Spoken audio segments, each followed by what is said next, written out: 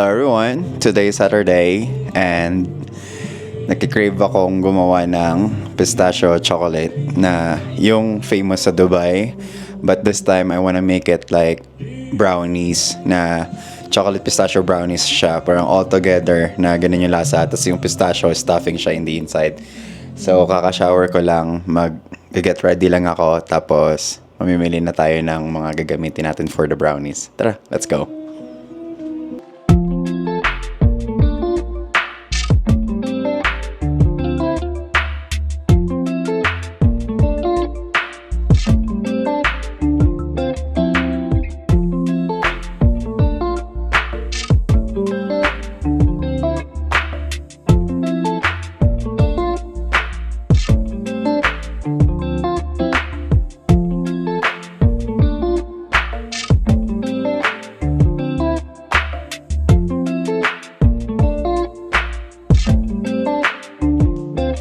So tapos na tayo magbihis and today's fit. Ito yung suot natin. Punta tayo ng grocery store para bilhin yung mga ingredients na kailangan natin for brownies. And then medyo malamig kasi. Medyo nag-i-snow siya kanina. And medyo umaaliwalas naman na ngayon. Pero anything else? It's gonna be a good day. Tara. Saka pala, bumili na pala ako ng dried kataifi. My bestie at work ordered this for me and kinuha ko siya through Amazon kasi nga madalas siyang wala dito sa store. So, for safety, in-advance ko na din yung order. Tara, punta na tayo ng grocery store.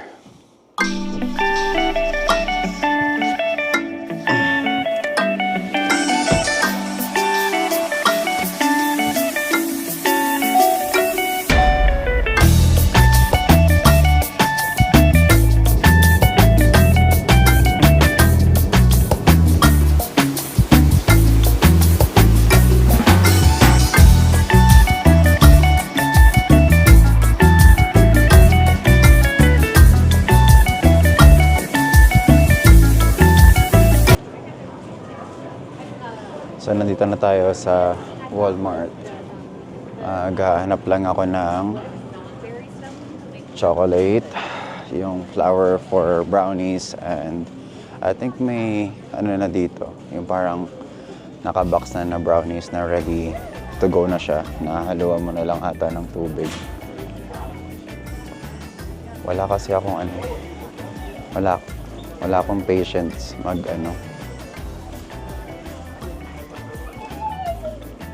wala akong patience mag-bake. Kaya maghanap na lang tayo ng ready-made.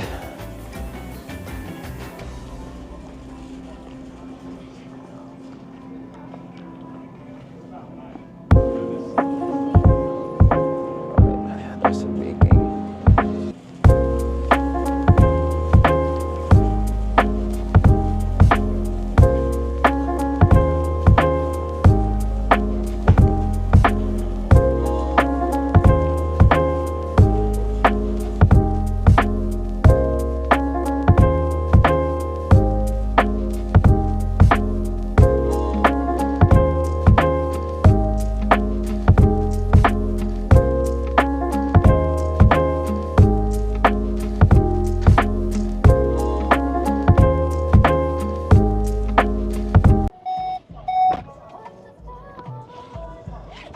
So, we're back sa car.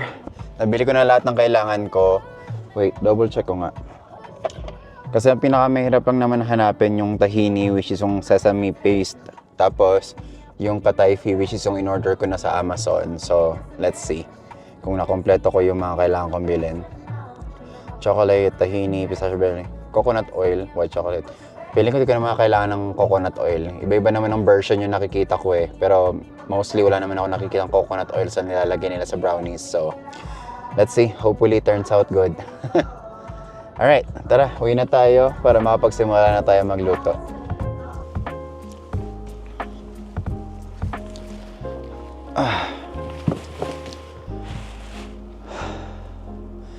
Finally, nakauwi din tayo. Napakalamig sa labas.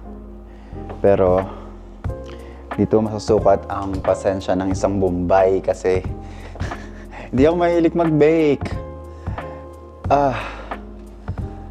Pero nagkikrave talaga ako. Gusto ko siyang i-try.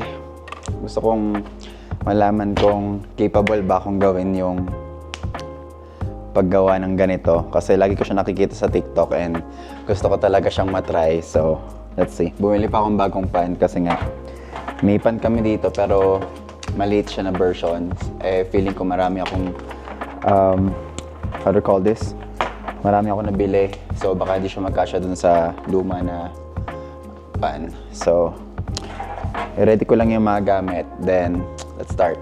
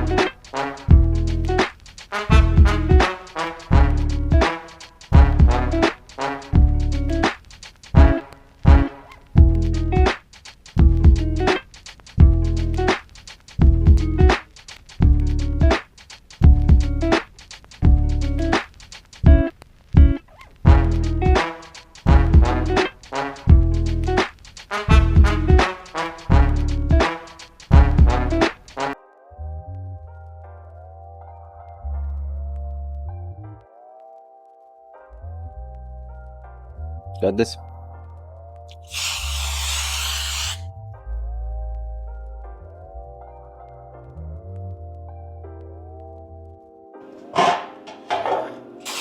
Nasabi ko talaga sa inyo, baking is not for me. Nauubos yung pasensya ko.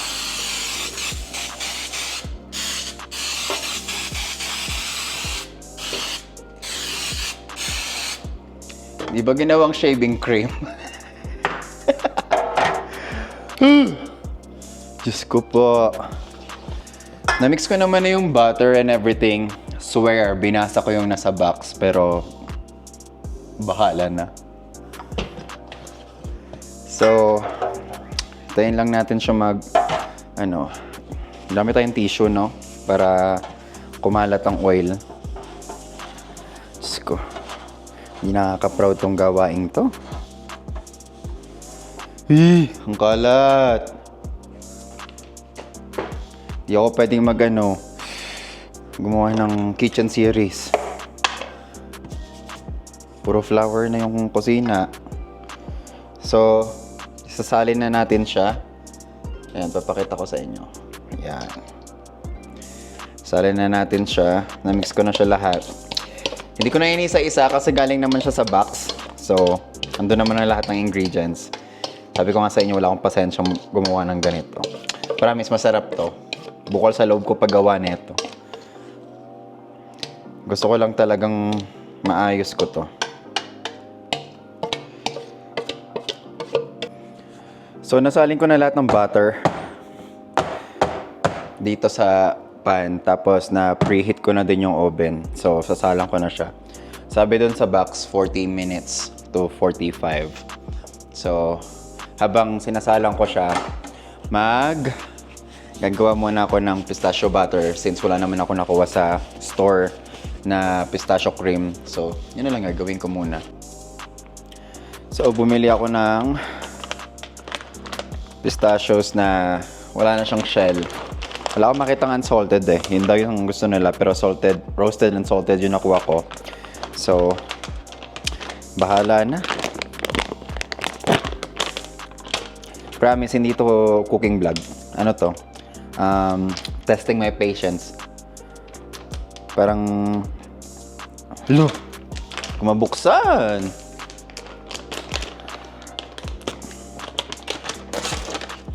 Ayan. Na-open ko din.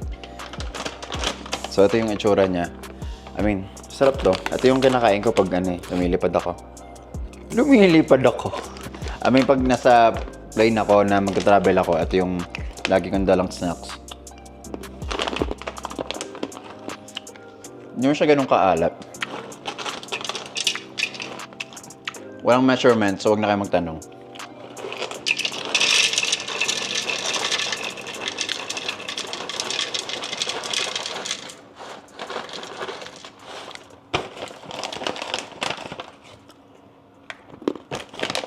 Feeling ko walang mangyayaring Dubai chocolate dito eh. Magiging Bombay.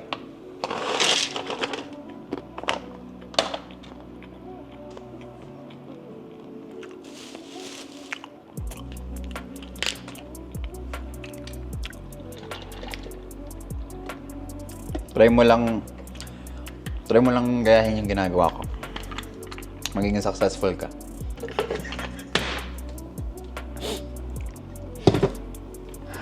Ito na. Diyos ko po.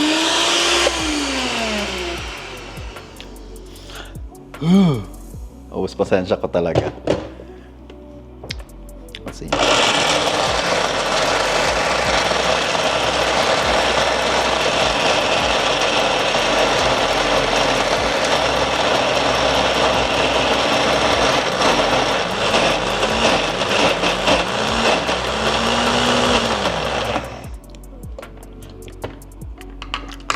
Lagyan siya ng konting milk kasi yung heavy cream ay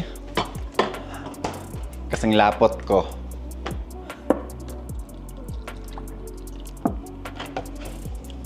Pag napanood ito ng mga kaibigan ko, magiging proud yan mga yan sa akin. Alam nilang ayaw kong gumagawa ng ganito. Pero dahil sa cravings, kailangan nating gawin to.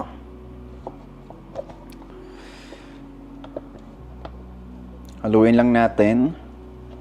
Kasi masyado siyang creamy eh. Creamy!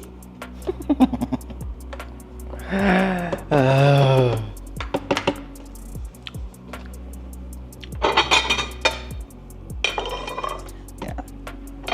Para marami tayong huhugasan. Yan ang pinaka best part, maghugas.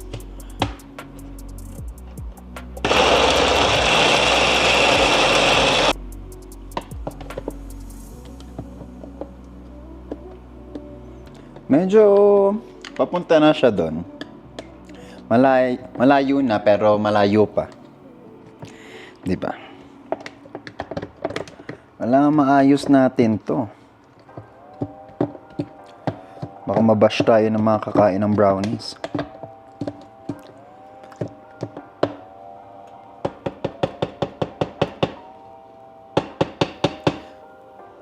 Promise, wala kayong matututunan sa akin dito.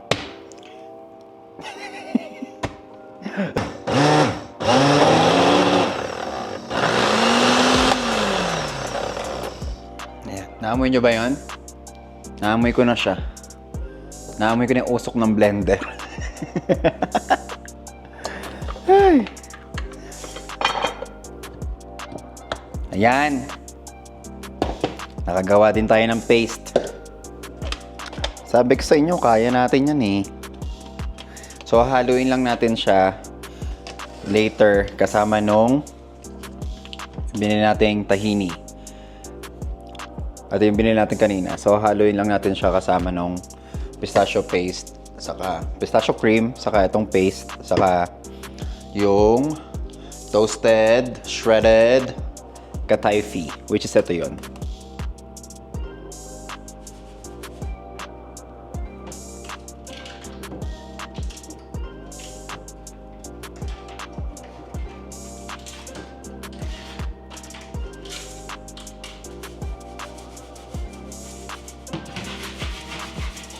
So, na-toast na natin yung kataifi right here. And since medyo mainit pa siya, feeling ko lang hindi ko sure. Pero baka perfect na time na to para ihalo ko na yung pistachio spread.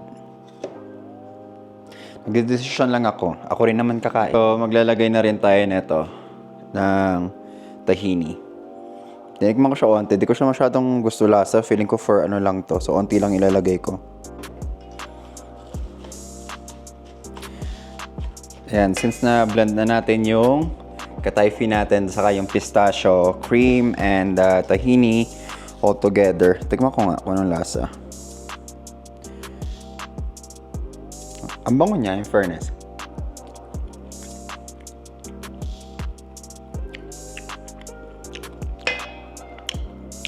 Ano ba yan? Parang naging toppings ng palitaw. Lasang sesame. Masarap, masarap. Hinintay ko lang matapos yung yung brownie sa oven.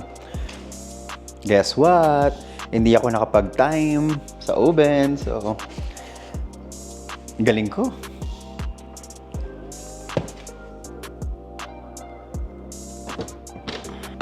So, gagawa na ako nung pistachio cream na para sa taas, yung para sa garnish. Saka gagawa na rin ako ng melted chocolate, saka ng melted white chocolate.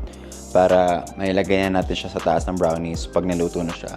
Feeling ko 15 to 20 minutes na lang naman to. Mare-ready na yung brownies. Pwede ko na ilagay yung filling, tapos yung chocolate sa taas. So, ilabas na natin yung brownies sa oven. Hindi pa siya, siguro nasa 80% na luto na siya. Pero ilalagay ko na yung pistachio sa taas kasi para magkaroon siya ng shape dun sa loob.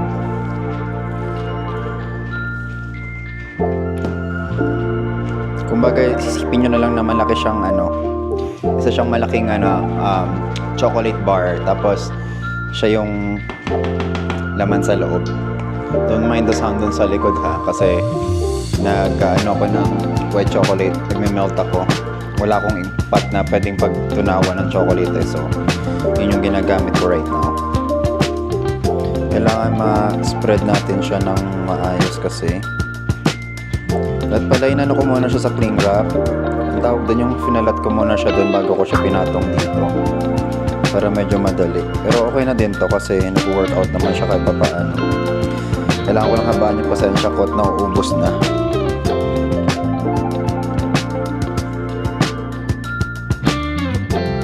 So, minalt na natin yung chocolate dito sa pot. Tapos, may mga konting buo pa siya pero maybe 2 minutes pa ready na to para ma-drizzle dun sa taas na brownies natin. Ready na yung pan. Ito na siya. So, yung brownie. And so, natapos na natin yung melted chocolate na ilalagay natin sa top. Tapos,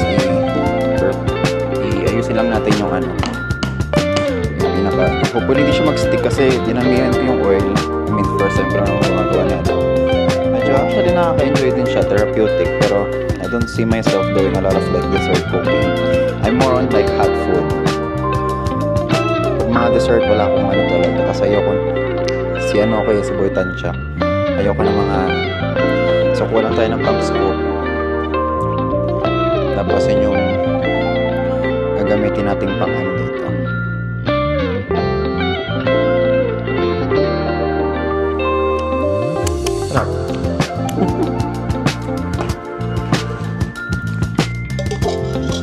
Taktak lang natin siya ng onte. Grabe. Punong-puno siya. Na-achieve niya yung gusto ko. Yung ma-cover niya lahat ng space. Ang problema ko lang mamaya kung paano ko siya mahihiwa.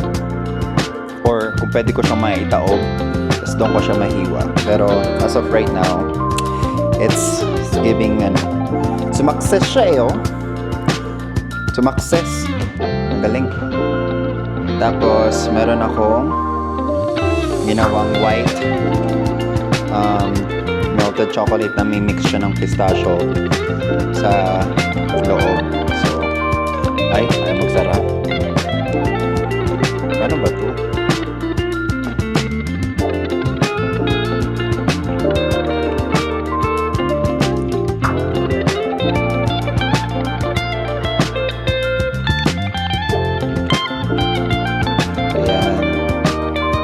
Gagayahin lang natin yung mga design ng kinakabahan ako. Feeling ko ganun-ganun lang naman yan tapos ginaganon lang nila ng stick. So, let's go. So, nalagay ko yung white chocolate ganache yung walang tawag. Saka yung may halos ng pistachio. Wala akong nakuha makitang stick na something. So, kumuha lang ako ng paper straw tapos pinagay na lang yung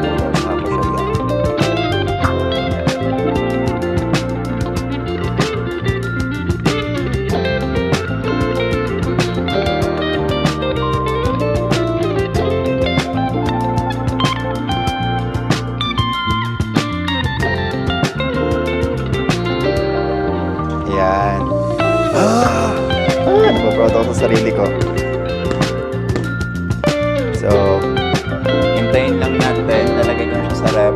Tapos, hopefully tumigas yung chocolate kasi lagi ako ng konting heavy cream sa kanya kanina. So, at least, at tumigas sa pan. So, let's see kung magiging itsura niya mamaya. Pero, tapos tayo, lagi lang natin sa rep. Tapos, iwain na natin.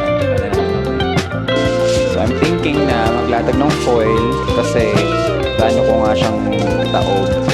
Eh, natatakot ako na baka mamaya ano siya, ang tawag dito, makrap ba, like masira ba yung texture niya and everything. So, kunin na natin siya ngayon.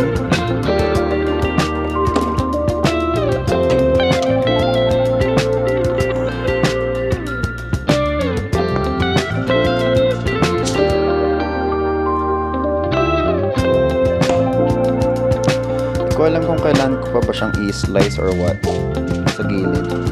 Oh my god, oh my god.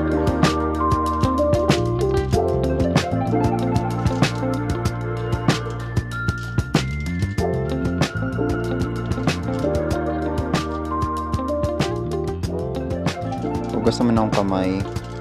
Let's see. Oh my god! Kaarte, uy. Para ba to? Pot. Bawal magmura. Bawal magmura. Hello? Ayan, nalobat yung nalobat yung camera. So, kaka-search ko lang. Nakat ko na yung brownies, saka yung lahat-lahat. And, magbisita tayo ngayon sa Gillette at ang aking roommate na si... Angel! May pangalan!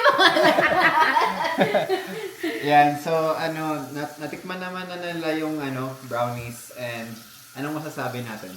Perfect! So good. So good? Yes. Parang lasang hingi pa. Hoy! So, bali pinako na yung mga brownies sa mga ganito. So, pakita ko sa inyo yung itsura para malaman nyo yung Pero yung chocolate bar, hindi yung brownies. Yeah. Paano ko ba iangat to? Ooh. Ayan. Uy. So, The layers. ayan ang itsura niya.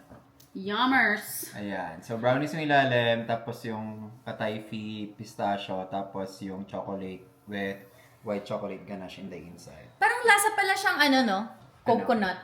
Oh, kasi yung katayfi, yung texture, yun yung binibigay niya sa'yo. Yeah. Tapos yung oil ng pistachio, parang nagbe-blend na rin siya ng coconut oil. So, first time kong gumawa and alam mo, Success. Allergy pa Sumakses siya eh! Pag sumakses ka Success, kasi, right. parang aakyat ka na sa heaven eh. Parang yun na yung steps mo pag sumakses ka. Yung... Sobrang munyeka! Sobra! Sumakses ka eh! Sumakses ka eh! Alam mo, ginagawa na yung heart evangelista yun. Sumakses ka, B! So, yun na yung final product natin. Nakakain na din kami. Hindi na namin na-videohan kasi sobrang gutom na ako. Ito, uwi ko to. So, may mga take-out yung mga kaibigan ko. May mga dala silang mga, sa kanya to, tapos yung iba nandun sa likod. Pamimigay ko din para makatikim din yung iba. And that's it for now. Thank you for watching. Bye! Bye! Sumakses ka eh! Sumakses ka!